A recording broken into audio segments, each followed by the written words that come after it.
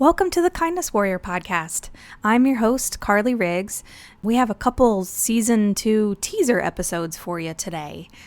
We have Dr. Priya Chandan here, and my co-host is Mr. Ankur Chandan, who is one of our members. Dr. Chandan is such a huge advocate for the disability community. Her impressive medical career has kind of centered around some very important medical advocacy.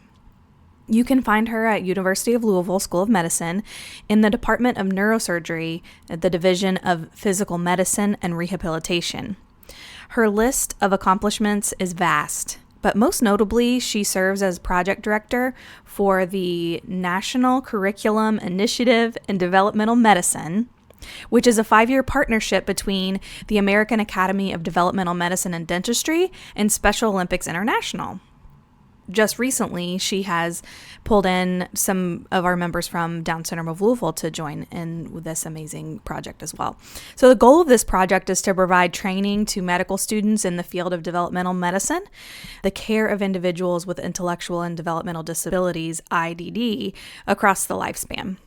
Dr. Priya recently received an award for this work that she's doing, and I'm so happy and grateful that Priya and Ankur were able to take the time to sit down with me. Part 1 of this interview is centered around their relationship as siblings and how having Ankur in her life has influenced Dr. Chandan's career. Then part 2 of our sit down, which is the next episode, we dive into COVID-19 and the importance of her medical advocacy work. So I hope you really enjoy Dr. Priya Chandan. You are listening to the Kindness Warrior podcast, a Down Syndrome of Louisville production. Serving locally, sharing globally.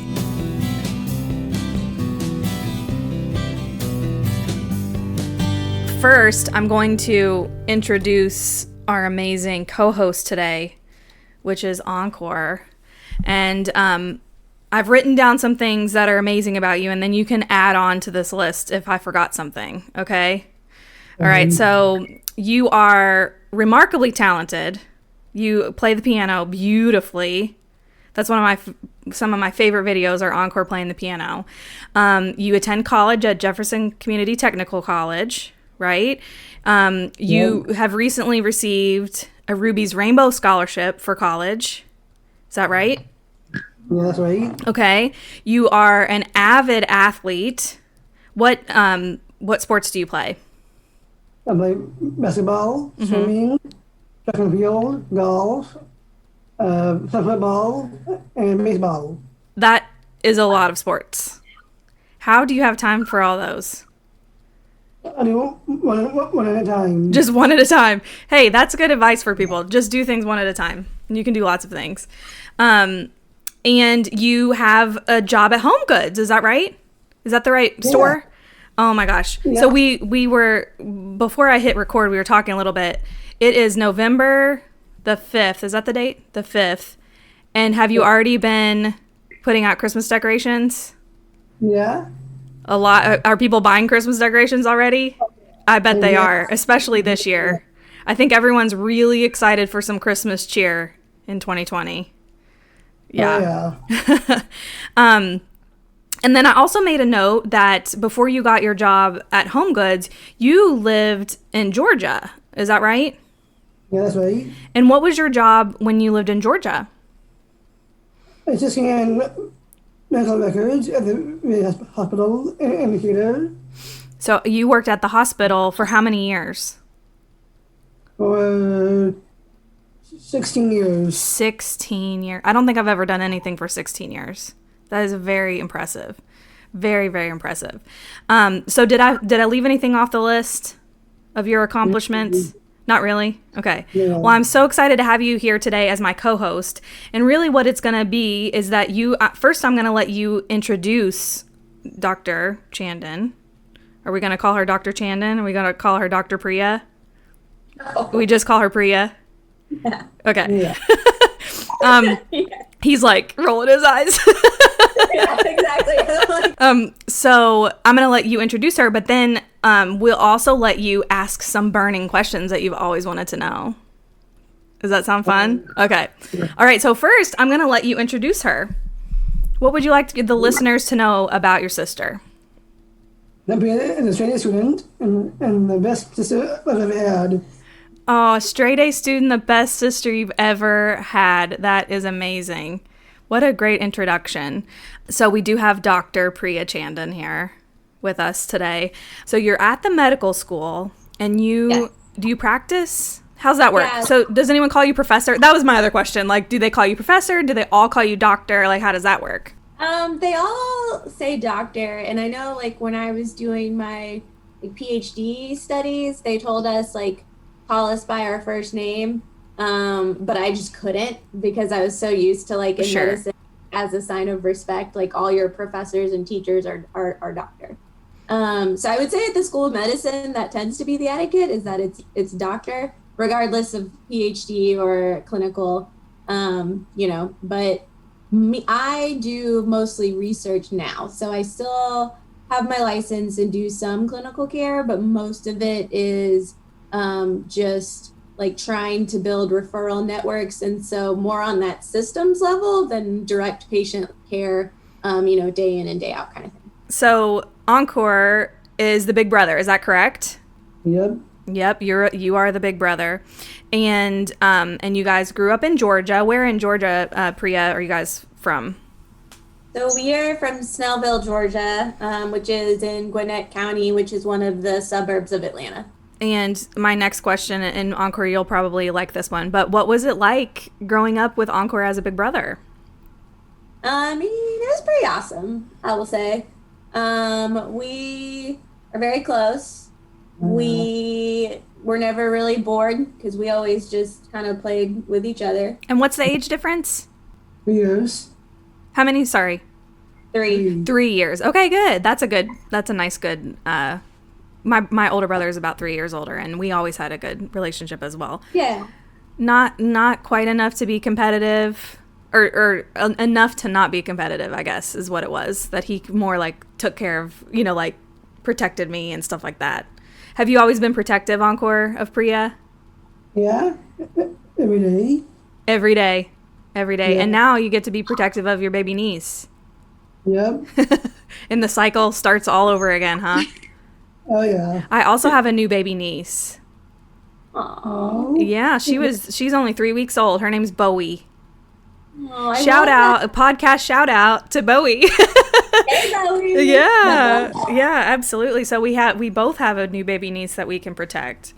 So, you're growing up, and remind me, are both of your parents also in the medical industry? Mom's a physician, dad's a scientist. Okay. And then Ankur goes to the hospital, and now you're a Right. doctor. So we're just all that's what we know in the Chandan family.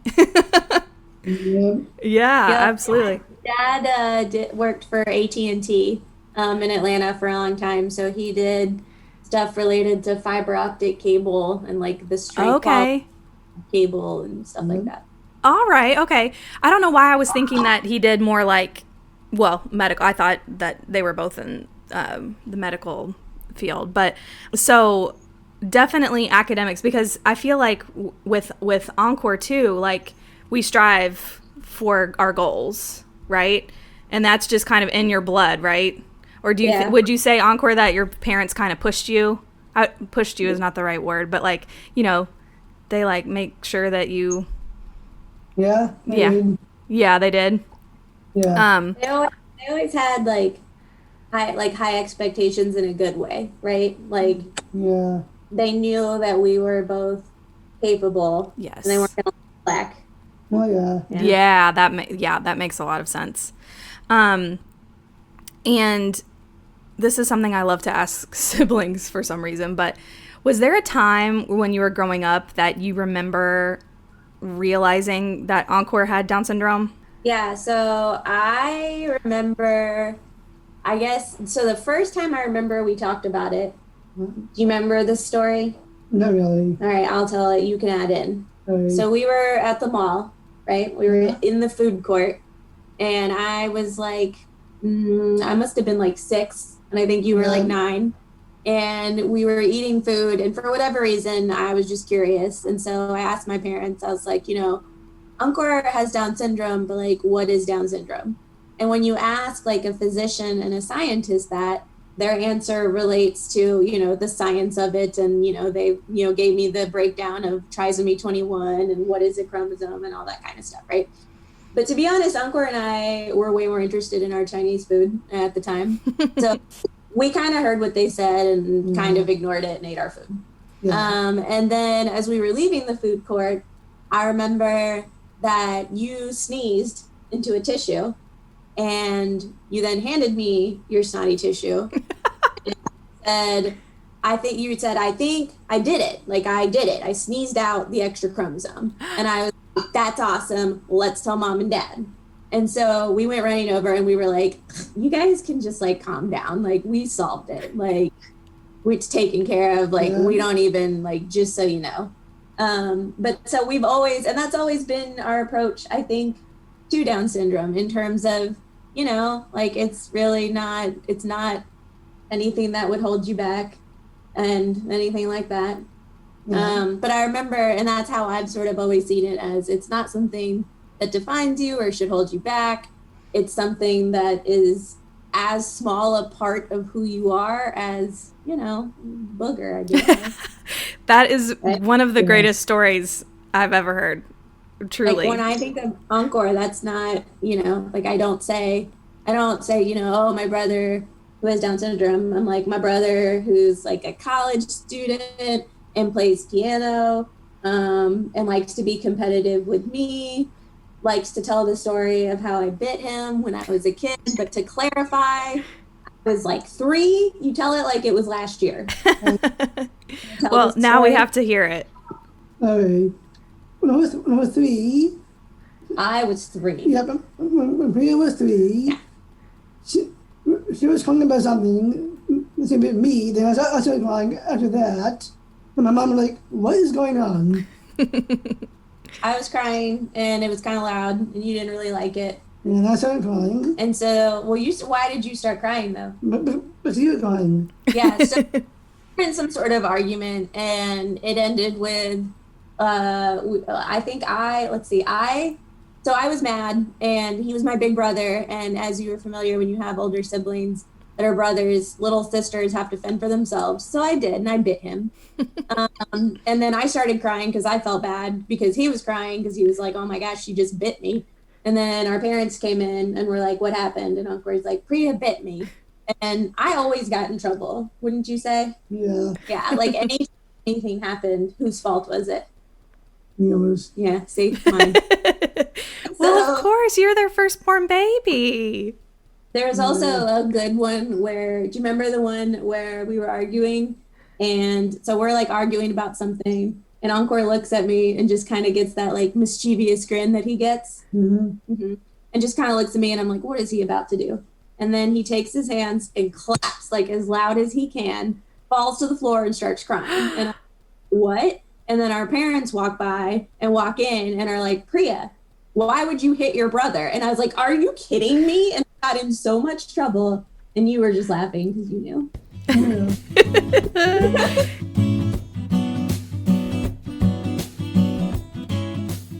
Do you feel like having Ankur as a brother has impacted your life and the way that your career has gone and things like that? Oh, yeah. I mean, I think it's impacted all of it. I mean, I would say that Ankur is a real popular guy, if you didn't know.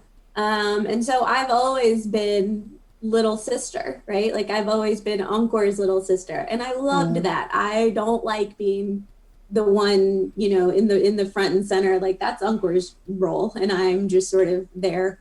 But, I think for me, I wasn't sure, like I was very intentional in thinking about my sibling relationship and how that's certainly like the main factor to my identity and my perspective. And is that a strength or is it something I need to be careful of in terms of if things would be sort of too close to home? So I very, very early in undergrad went and did a internship at Special Olympics International in Washington, D.C., because I just wanted to explore that side of my identity and find out, is it okay to have your personal and your professional lives overlap? Or is it, going to be hard for me or just not feel right? And to be honest, at the very, very beginning, I felt horribly guilty doing anything related to intellectual disability or Down syndrome or anything in that world, because part of my brain was always like, well, if you're going to spend time on this, like, why wouldn't you be spending it with Ankur? And, there's only so many hours in the day. And so I felt very, sort of guilty, and was like, well, if I'm spending time for other people, why wouldn't I just spend that on my brother?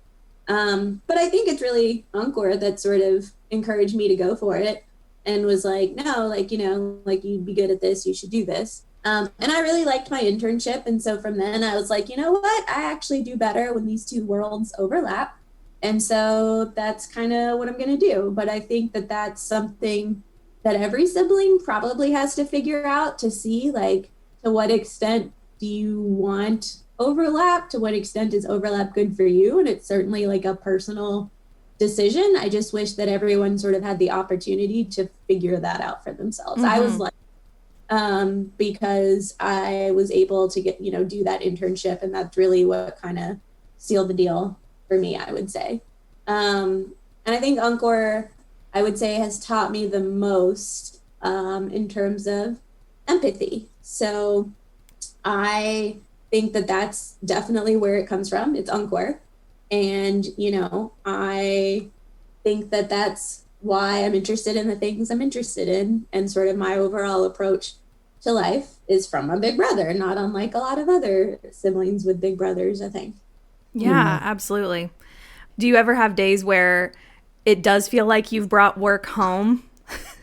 I even have days like that, but where, you're nodding. Oh yeah. I think that that's, and that's one of the sort of consequences of that, is that, like, there's not really a lot of separation. And, like I said, there's sort of pluses and minuses. For me, if I'm able to do what I'm passionate about, then that's good for me. So the fact that there's not a lot of separation between personal and professional, for me, it's good. I know for some people it's not good, but for me, it's fine. And, it's become sort of a family thing. Like we mentioned, we're going to live 3 doors down, and it's got some opportunities. Like I was giving, remember, a couple weeks ago, I was giving a talk for a family physician conference in Canada that one of my colleagues had organized.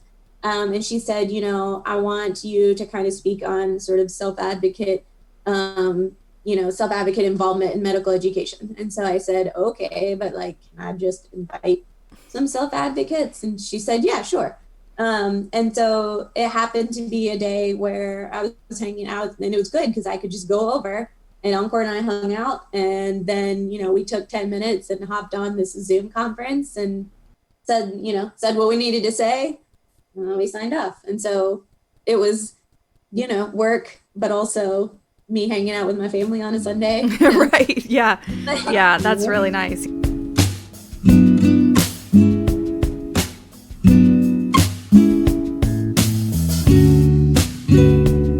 So Ankur, do you have any questions that you've always wanted to ask Priya? Yeah. Okay. What school was your favorite from the school we grew up in when we were kids? Oh, so of the schools we grew up in, let's see, we went to a lot of the same schools, right? Yeah. Because we did, elementary school was the same. Yeah. Middle school was different, but only because they opened a new middle school. Yeah. So like I spent 1 year in the same middle school and then a different. And then high school was the same. Yeah. And I would say my favorite was probably our high school. And it's because that's when I could sort of be more in the background. Like Ankur was in the popular crew in high school, and I was like nerdy little sister for sure. Oh yeah. In fact, do you want to tell Carly what you told me about homecoming? So Ankur went to all of the dances, always had multiple dates, multiple people asking to go to all the dances. And 1 year for homecoming, my mom was asking us and said, Priya, are you going to go to homecoming? And I said, no. And Ankur said, well, that's because she doesn't have a date. And I was like, well, if I wanted to go, like, I would just go. And you told me the reason you thought I didn't have a date. Do you remember? I forget now. You said you don't have a date because all the boys almost don't like you. Yeah, they don't like me, but why? Because they think I'm not cool. That I'm not that cool. Why? I don't get this. Do you remember? Okay, he told my mom that all the boys at school were scared of me because I was smart, and that's why. Sometimes boys are scared of smart women because they're intimidated. He picked up on that and was like, she's not going to go to homecoming. She doesn't have a date. She doesn't have the boys are all scared of her. Oh my goodness. Big brother. Ankur tells it like it is. Yeah. That is so funny. So we think that Priya liked all the schools equally? I liked them all equally, but I would say I liked our high school the most. Yeah. And what high school was it? Louisville High School in Georgia. All right. Well, hopefully someone from Georgia will listen to our podcast and be like, hey, I went to that high school too. Yeah. It's a giant high school, right? Yeah. There was like 700 something in my class. Oh, alone. wow. Oh, my goodness. Yeah, that's a big school. Chances are good that somebody listening. Yes. Or that someone remembers you. You'll have to make sure when this is published, you'll share it with some of your Georgia friends, and then they can hear you talk about high school. Okay, what else? Do you have any other questions you'd like to ask her? Yeah. What is your favorite memory from growing up with me? Favorite memory from growing up with you? I would say, so it's kind of just how we used to play together. Because we had like very elaborate, like, I kind of find it funny now. A lot of like my friends' kids and younger children that I know growing up are very like mom, dad, like they're like around their parents all the time, and they're just like mom, dad, and they want to be engaged with their parents like at all times. Whereas Ankur and I were like, see you later, like we're gonna close the door to the basement and like we'll see you for mealtime. And what we used to do is Ankur had like all the Ninja Turtles, right? Yeah. And I had all the My Little Ponies. I was terrified of dolls, which is a whole nother story, but I was terrified of dolls. And so every time I got Barbies, we decided to make them the villains in our story. And so we would have elaborate battles where the Ninja Turtles would ride My Little Ponies into battle. And then when they defeated the Barbies, you know how the Barbies' heads kind of just pop off? We used to put them on sticks, like little stakes in the ground with Barbie heads, like lining. And, so people, when they would come over, they'd come downstairs and they'd be like, what happened here? And we're like, clearly it's the battle of good and evil. And in this case, My Little Ponies and Ninja Turtles won. Yeah. And you made Barbie lollipops. Yeah. Yeah. Oh, I love that memory. Let's take a moment and learn about our fabulous sponsors. The Kindness Warrior podcast is sponsored by Farrison Lawn Care. As the year comes to an end, even in 2020, there are likely a number of things that you'd rather be doing right now than considering caring for your lawn. Well, guess what? You don't have to think about lawn care because that is the job of the great folks at Farrison Lawn Care. Farrison Lawn Care is a team of local pros who you can trust to deliver a weed-free and healthy lawn through these long winter days until spring and beyond as we look longingly at 2021. Farrison Lawn Care has been a part of the Down Syndrome of Louisville family for years and years, and they keep the lawn at our Kentucky campus looking beautiful year-round. So make it easy on yourself. Call Farrison today at 245-9422. Farrison Lawn Care, safe, efficient, and effective.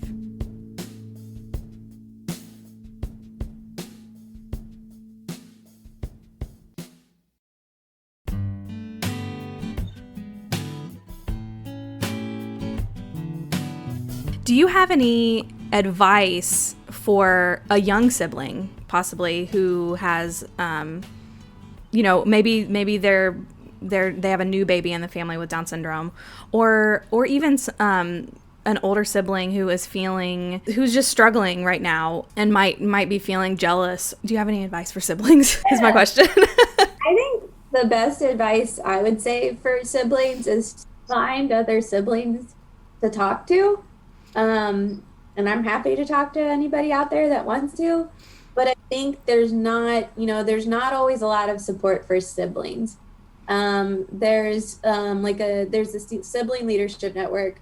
So there are some initiatives for siblings, but most of the time I feel like when the community does things for quote caregivers or quote the family, they don't mean siblings at all. They mean parents. And a lot of that, I guess, is because a lot of it is parent driven. So that's audience is naturally parents, but it's just it's a different relationship. Just like if, think about yourself, and your relationship with your parents is different than your relationship with your siblings. So naturally, me and Ankur's relationship is different than, Ankur's relationship with our parents. Sure.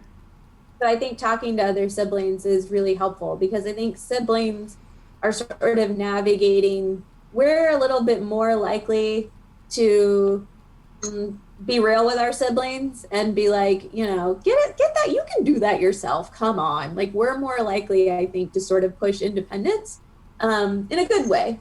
So I think that talking to other siblings is helpful, just because the same way that I think parents have a lot of the similar things on their mind, siblings have a lot of similar things on their minds, but there's really sort of nobody to talk to about that. Like, one of the big conversations I feel like in the Down syndrome community right now is sort of like, well, what happens, parents saying like, well, what happens when I pass on? And siblings are like, well, I mean, we should be included in that conversation, because I keep joking. And that's why, like in a month, I'm moving 3 doors down from Ankur. Why? Because we've always had very open and candid conversations about this. And I've told my family, listen, I understand, like, I'm pretty blunt about it. So let's be real about that. One day I will be primary caregiver for 3 people.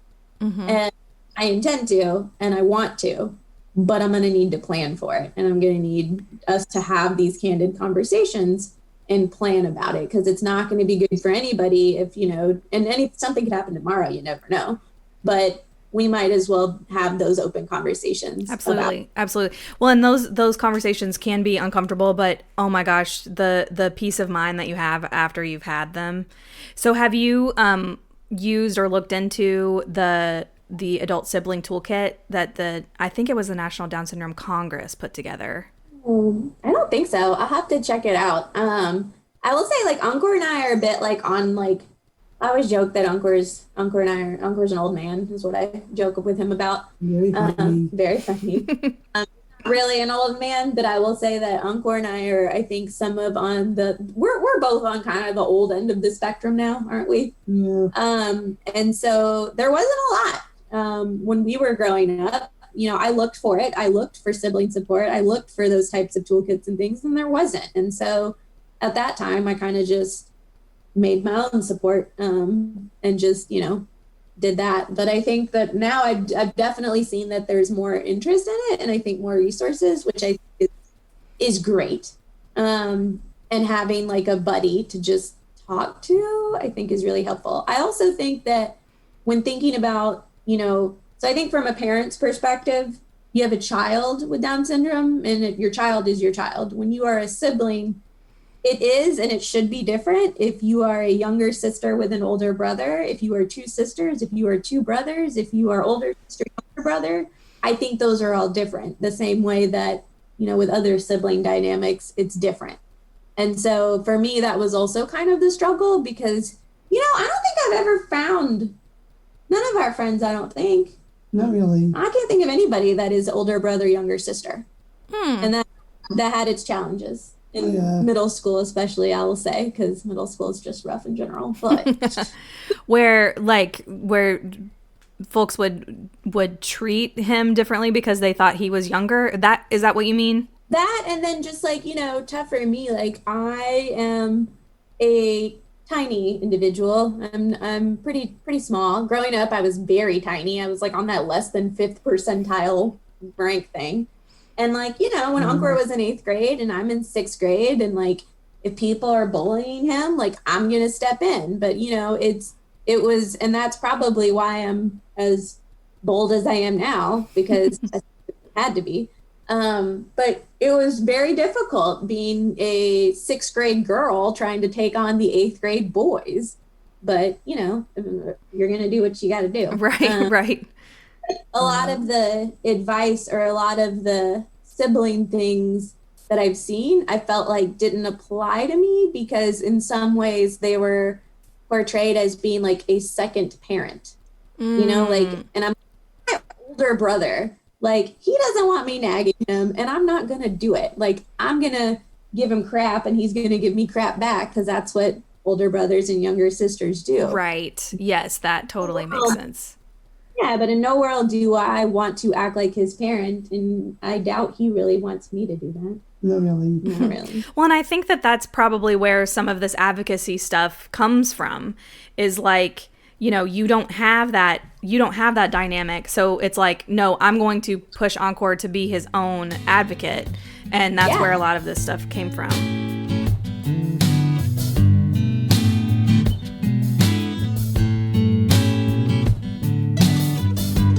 This has been the Kindness Warrior Podcast, a Down Syndrome of Louisville production. To learn more about Down Syndrome of Louisville, visit our website, downsyndromeoflouisville.org. If you have questions or ideas, you can email us at kindnesswarriorpod@dsoflou.org. The music for this episode was written and performed by Alex Stotts and Owen Eiler. The Kindness Warrior Podcast is produced and edited by Ethan Holstein, produced and hosted by Carly Riggs. Thank you so much for spending time with us today.